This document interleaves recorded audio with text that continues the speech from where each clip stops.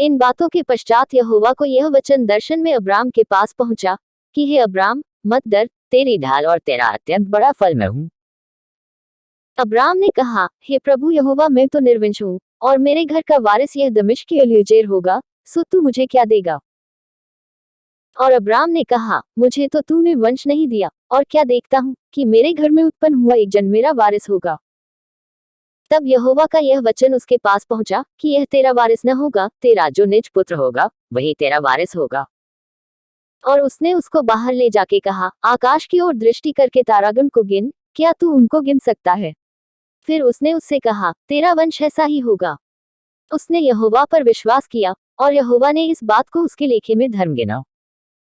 और उसने उससे कहा, मैं वही यहोवा हूँ जो तुझे कसदियों के ऊर नगर से बाहर ले आया, कि तुझको इस देश का अधिकार दूं। उसने कहा, हे प्रभु यहोवा, मैं कैसे जानूं कि मैं इसका अधिकारी हूँगा?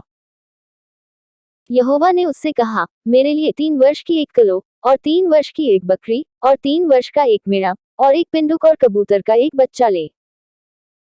और इन सबों को लेकर उसने बीच में से 2 टुकड़े कर दिया, और टुकड़ों को अपने सामने रखा, पर चिड़ियाओं को उसने टुकड़े न किया।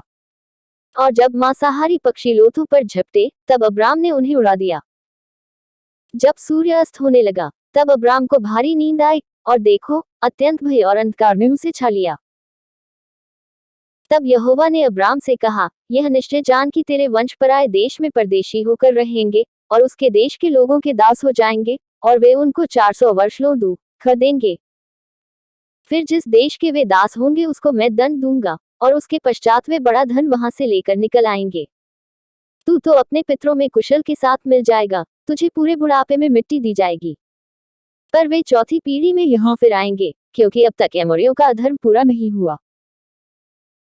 और ऐसा हुआ कि जब सूर्य अस्त हो गया और घोर अंधकार छा गया, तब एक अंगीठी जिसमें से धुआं उठता था और एक जलता हुआ पलीता देख पड़ा, जो उन टुकड़ों के बीच में से होकर निकल गया।